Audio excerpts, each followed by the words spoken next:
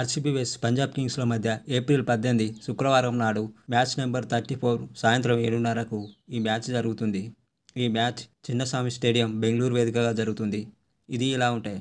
ఈ రెండు జట్ల ప్లే ఆఫ్స్ అవకాశాలు ఈ విధంగా ఉన్నాయి. ఆర్సీబీ జట్టు 3వ స్థానంలో కొనసాగుతుంది. ఆర్సీబీ జట్టుకి ఇంకా 8 మ్యాచ్లు మిగిలి ఉన్నాయి. 8లో 4 విజయం సాధిస్తే ప్లే ఆఫ్స్కి వెళ్తుంది. 3 విజయం సాధిస్తే రన్ రేట్ ద్వారా వెళ్ళవచ్చు. అలాగే పంజాబ్ కింగ్స్ కూడా ఇలాంటి పరిస్థితే ఉంది. అయితే ఈ బెంగళూరులోని చిన్నస్వామి స్టేడియం యొక్క పిచ్ రిపోర్ట్ చూస్తే ఈ విధంగా ఉంది.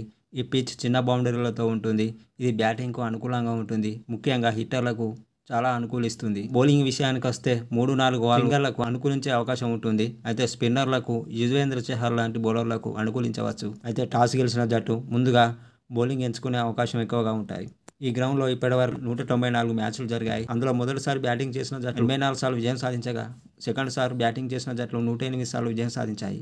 ఇక్కడ యావరేజ్ ఫస్ట్ ఇన్నింగ్స్ స్కోర్ 180 నుంచి 200 పరుగుల వరకు ఉంటాయి. ఈ రెండు జట్లు ఇప్పటివరకు 33 మ్యాచ్లు ఆడగా ఆర్సీబీ జట్టు 16 సార్లు విజయం సాధిస్తే పంజాబ్ కింగ్స్ జట్టు 17 సార్లు విజయం సాధించాయి.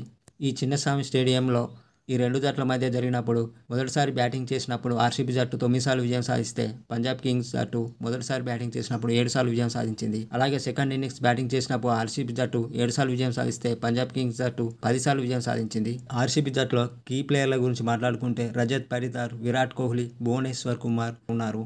అయితే విరాట్ కోహ్లీ, రజత్ పటిదార్, ఫిలిప్ సాల్ట్లో ఎవరు రాణించినా ఈ మ్యాచ్ గెలిచే అవకాశం ఆర్సీబీకే ఉంటుంది. ఇక పంజాబ్ కింగ్స్ విషయానికి వస్తే పంజాబ్ కింగ్స్ టీంలో కీ ప్లేయర్లుగా ప్రియాన్స్ ఆర్య, శ్రేయస్ అయ్యర్, హర్షదీప్ సింగ్, యుజ్వేంద్ర చహల్, ప్రభు సిమ్రాన్ సింగ్స్ ఉన్నారు. ఇందులో ఎవరు రాణించినా పంజాబ్ కింగ్స్ జట్టు గెలిచే అవకాశాలు ఎక్కువగా ఉంటాయి. అయితే ఈ మ్యాచ్ ప్రిడిక్షన్ విషయానికి వస్తే టాస్ గెలిచిన జట్టు గెలిచే అవకాశాలు ఎక్కువగా